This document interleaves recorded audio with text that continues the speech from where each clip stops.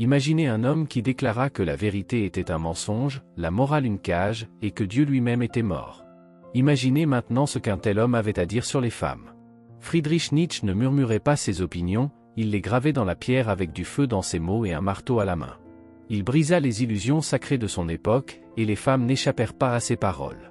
Ses mots à leur sujet étaient tranchants, cryptiques, souvent brutaux. Était-ce de la haine ou une prophétie? Dans l'une de ses phrases les plus citées, il avertit « Vas-tu vers les femmes? N'oublie pas le fouet ». Une phrase qui a suscité indignation, confusion et débat sans fin.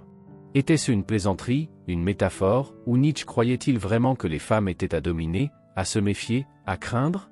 Nietzsche n'écrivait pas comme un scientifique ou un prêtre, il écrivait comme une tempête. Ses pensées sur les femmes étaient entrelacées de métaphores, de mythes et d'ironie, mais la violence de son langage était réelle. Il décrivait les femmes comme des créatures séduisantes, rusées, instinctives, mues par l'émotion plutôt que la raison, le chaos plutôt que l'ordre. Mais le réduire à un misogyne, c'est mécomprendre l'homme entièrement. Nietzsche ne cherchait pas à réconforter, il cherchait à provoquer. Ceci n'est pas une défense, c'est une excavation. Nous ne sommes pas là pour aseptiser les idées de Nietzsche, mais pour les exposer à la lumière et les regarder sans ciller. Car, que vous soyez d'accord ou révolté, une chose est sûre, Nietzsche n'a pas seulement défié notre vision des femmes, il a défié notre vision de la vérité, de l'amour, du pouvoir et des masques que nous portons. Et derrière chaque phrase brutale, une question plus profonde cherche à émerger, Nietzsche attaquait-il les femmes, ou révélait-il quelque chose que nous avons trop peur d'admettre? Découvrons-le. Nietzsche n'était pas un homme de modération. Il n'offrait pas d'équilibre, ne cherchait pas le consensus. Il était une guerre sous forme de pensée, explosif, dangereux, vivant. Le lire, c'est se tenir dans un bâtiment en flammes pendant que tous prétendent encore que c'est une maison. Il n'écrivait pas pour apaiser, mais pour secouer, déchirer, enflammer. Et dans ce feu, rien n'était sacré, ni Dieu, ni la morale, ni la vérité, et certainement pas les femmes. Il croyait que la philosophie moderne avait été castrée, adoucie par la religion, la morale et l'instinct de troupeau. Pour Nietzsche, la vérité n'était pas quelque chose que l'on découvrait, mais quelque chose que l'on créait avec du sang, de la douleur et de la volonté. Vivre, ce n'était pas se conformer, c'était conquérir.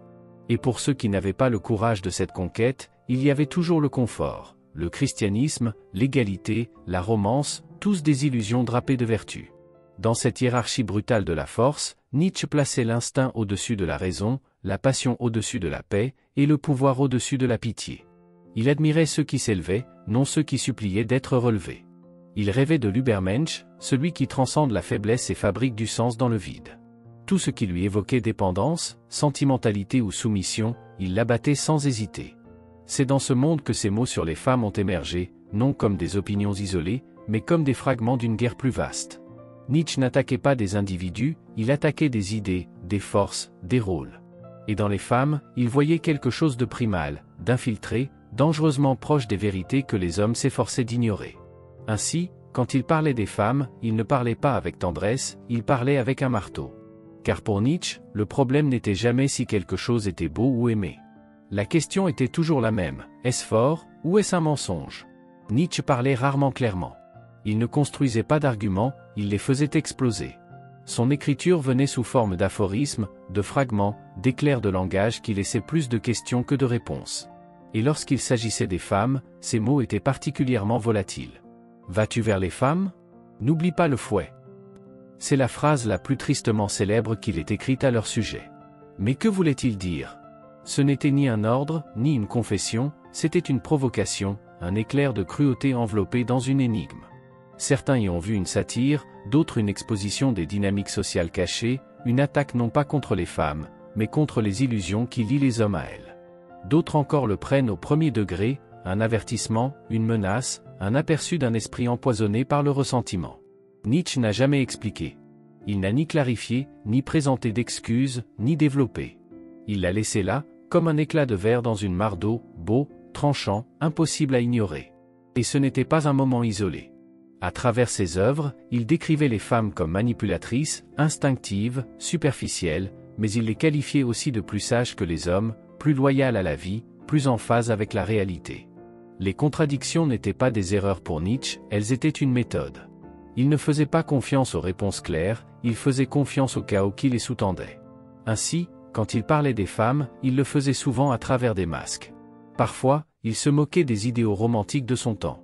Parfois, il attaquait la faiblesse qu'il voyait en lui-même. Et parfois, peut-être, il frappait simplement l'illusion qui osait se tenir trop près. Le danger avec Nietzsche, ce n'est pas qu'il avait tort, c'est qu'il vous faisait vous demander s'il avait raison. Sa vision des femmes n'était pas une philosophie, c'était un défi. Et une fois que vous l'aviez lu, vous ne pouviez pas le délire. Pas sans tressaillir, pas sans réfléchir. Pour Nietzsche, les femmes n'étaient pas des idées abstraites ou des catégories politiques, elles étaient des forces, brutes, instinctives, dangereusement proches du noyau primal de la vie. Il ne les voyait pas à travers le prisme de l'égalité ou du sentimentalisme, il les voyait à travers sa guerre contre la civilisation. Et dans cette guerre, les femmes jouaient un rôle plus ancien, plus rusé, plus intime que la plupart des hommes n'osaient le voir. Il croyait que les femmes étaient plus proches de la nature, non dans un sens poétique ou romantique, mais dans un sens impitoyable, évolutionnaire. Alors que les hommes se drapaient d'idéaux, de raisons, de codes d'honneur artificiels, les femmes, affirmait-il, restaient attachées à ce qui était réel, la séduction, la survie, les rythmes du pouvoir qui existaient bien avant que la morale ne soit inventée pour les domestiquer. Il écrivait que la femme n'est pas encore capable d'amitié, elle ne connaît que l'amour. Mais même cet amour, aux yeux de Nietzsche, n'était pas innocent. Il était stratégique, une danse de masques conçue pour influencer, attirer, remodeler la volonté des hommes. Pour lui, les femmes n'étaient pas intéressées par la vérité, mais par les faits. Elles n'argumentaient pas, ne raisonnaient pas, ne créaient pas de système de pensée abstrait.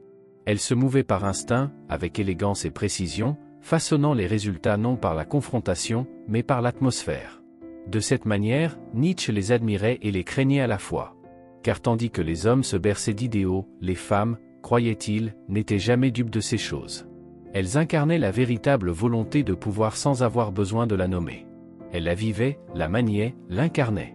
C'est ce qui le troublait le plus, non pas que les femmes fussent faibles, mais qu'elles fussent puissantes d'une manière que les hommes refusaient d'admettre. Pas par la domination, mais par l'influence. Pas par l'épée, mais par le sourire qui fait oublier à un homme qu'il en a jamais tenu une. Nietzsche ne voyait pas l'amour comme un salut, mais comme une transaction masquée par la poésie, mue par la biologie, militarisée par l'instinct. Il croyait que le langage de la romance était construit pour cacher ce qu'était réellement l'amour, un champ de bataille pour le contrôle. Et dans ce champ de bataille, les femmes n'étaient pas des victimes, elles étaient des stratèges, maîtresses de la séduction, porteuses de la volonté de pouvoir cacher. Il ne les accusait pas de malice, et c'est précisément ce qui les rendait si dangereuses. Leur influence n'était pas délibérée, elle était naturelle. Une femme n'avait pas besoin de dominer un homme physiquement, elle devait seulement être désirée. Et dès l'instant où elle l'était, elle détenait un levier. L'amant devient le serviteur, le poète devient le pion. Il se dit qu'il choisit, mais Nietzsche croyait qu'il avait déjà été choisi, façonné, redirigé. Il voyait cela comme une forme de domination, plus subtile que n'importe quel empire. L'amour n'était pas la fin de la lutte, c'était le commencement. Sous les fleurs et les sonnets se trouvait la stratégie, le timing, l'absence, l'approbation retenue juste assez longtemps pour approfondir la dépendance. Nietzsche appelait cela de la cruauté, mais pas au sens de la violence. C'était la cruauté d'être nécessaire, la cruauté d'éveiller un désir qui ne pouvait jamais être satisfait sans reddition. Pour lui, la tragédie n'était pas que les hommes fussent enchaînés par l'amour, c'est qu'ils s'offraient volontairement. Ils suppliaient pour les chaînes, les appelaient destin, et vénéraient la force même qui dissolvait leur indépendance. Nietzsche n'enviait pas ce pouvoir, il l'exposait. Il croyait que les hommes devaient se réveiller, voir la séduction non comme un compliment, mais comme un concours. Car à ses yeux, l'amant qui se perd dans la dévotion ne s'élève pas, il tombe. Et ce qu'il appelle passion pourrait n'être qu'une lente et gracieuse descente vers l'obéissance. Quand le monde commença à parler de la libération des femmes, Nietzsche ne l'applaudit pas, il ricana. Il croyait que ce mouvement n'était pas une révolution, mais une régression. Pour lui, les femmes qui cherchaient à imiter les hommes n'avançaient pas, elles abandonnaient leur essence. Il voyait le féminisme non comme un cri pour la justice, mais comme un symptôme de la décadence culturelle, une autre forme d'aplanissement, une autre attaque contre la différence au nom de l'égalité. Il ne voulait pas que les femmes deviennent comme les hommes, en fait, il trouvait cette idée grotesque. Il croyait que les hommes et les femmes étaient fondamentalement, biologiquement et spirituellement distincts, non seulement dans leur corps, mais dans leur finalité. Toute tentative d'effacer cette distinction était, à ses yeux, une trahison de la vie elle-même. L'idéal féministe d'égalité lui semblait un mensonge qui aplatissait l'excellence, effaçait la force et célébrait la médiocrité. Nietzsche n'était pas nostalgique, il ne soupirait pas après la tradition, mais il haïssait l'imitation. Et quand les femmes cherchaient le pouvoir de la même manière que les hommes, par la compétition, l'idéologie, les institutions, il y voyait du mimétisme, pas de l'évolution. Il croyait que les femmes avaient leur propre pouvoir, brut et instinctif, lié non à la raison, mais à la vie. Et lorsqu'elles abandonnaient cela pour jouer selon les règles masculines, elles ne s'élevaient pas, elles devenaient creuses. Sa critique ne visait pas seulement le féminisme, mais la modernité elle-même, un monde obsédé par l'équité, la similarité, le confort, un monde qui confondait la compassion avec la vertu et la conformité avec la force. Dans ce monde, le cri féministe pour l'égalité n'était qu'un bruit de plus dans un cœur de faiblesse. Nietzsche ne voyait pas l'émancipation comme une liberté, il y voyait un oubli, l'oubli de ce que les femmes étaient, de ce qu'elles incarnaient, et de ce qu'elles seules pouvaient faire naître. Et en poursuivant l'image de l'homme, il croyait qu'elles abandonnaient la force qui les rendait autrefois terrifiantes, irrésistibles et réelles. Nietzsche ne croyait pas au salut, mais il croyait en la transformation. Et au cœur de cette transformation se trouvait une figure qu'il appelait l'Übermensch, celui qui s'élève au-delà de la morale, de l'instinct de troupeau, des illusions de confort et de conformité. Mais même dans cette ascension, une force restait mystérieuse, magnétique, inéluctable, la femme. Il parlait souvent de l'éternel féminin, non avec tendresse, mais avec Awe, non comme une égale, non comme un idéal, mais comme une force. Pour Nietzsche, la femme n'était pas une personne à comprendre, elle était une présence à naviguer. Elle représentait tout ce que l'Übermensch devait affronter, le désir, le chaos, la beauté, le danger. Pas comme un obstacle, mais comme un miroir. Elle ne bloquait pas le chemin, elle le révélait. En elle, il voyait à la fois la tentation et l'inspiration. La femme qui séduit est aussi celle qui éveille. Ses instincts sont plus aiguisés, sa loyauté à la vie plus profonde. Alors que l'homme tente de rationaliser l'existence, la femme l'incarne. Elle n'a pas besoin de philosophie pour valider sa présence, elle est la présence. Et cela, croyait Nietzsche, était pourquoi elle était à la fois crainte et désirée. L'Übermensch ne doit pas être détruit par elle, ni l'adorer. Il doit se tenir en sa présence et rester inébranlable. C'est le test, non pas la résister entièrement, mais maîtriser la part de lui-même qui aspire à s'agenouiller. Prendre l'éternel féminin et le transmuter, non en soumission, mais en création. Dans le monde mythique de Nietzsche, la femme était la tempête et le silence qui suit. Elle n'était pas la vérité, mais elle pouvait forcer la vérité à émerger d'un homme qui osait l'affronter sans illusion. Et dans cette confrontation, quelque chose de nouveau pouvait naître, ni faiblesse, ni domination, mais le feu de quelqu'un qui a dansé avec le chaos et est resté intact. Il est facile de traiter Nietzsche de misogyne. Les mots sont là, gravés dans l'encre, tranchants et sans excuse. Mais s'arrêter là, c'est reculer trop vite. Car Nietzsche n'essayait pas de flatter les femmes ou les hommes. Il n'écrivait pas pour rendre le monde plus juste. Il écrivait pour le dépouiller, pour exposer les mécanismes primaux cachés sous la surface polie. Et dans cette exposition, il utilisait les femmes non seulement comme sujet, mais comme symbole, comme miroir. Quand Nietzsche parlait des femmes, il parlait aussi d'illusion, d'instinct, de séduction et de contrôle. Il pointait du doigt le courant sous-jacent de la vie, où le pouvoir se cache derrière l'affection, où la faiblesse se drape de vertu, et où le désir corrompt même l'âme la plus noble. La femme, dans ce sens, n'était jamais seulement un genre. Elle était un mythe, une métaphore, une manifestation du chaos que les hommes prétendent avoir conquis. L'indignation que ces mots provoquent en dit autant sur nous que sur lui. Nous voulons que nos philosophes soient bienveillants, que nos penseurs aiment ce que nous aimons.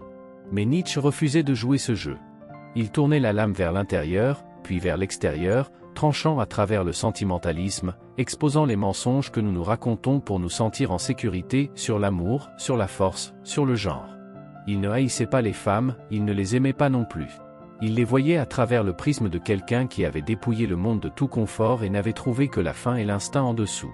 Et quand il nous a tendu cette vision, nous avons vu quelque chose que nous n'étions pas prêts à affronter. Peut-être que la cruauté de Nietzsche n'était pas dirigée contre les femmes, mais contre les idées fragiles qui les entourent, celles que nous serrons quand la vérité est trop dure, trop laide, trop réelle. Et peut-être que ces mots nous coupent encore parce que le miroir n'a pas craqué, nous avons simplement cessé de regarder.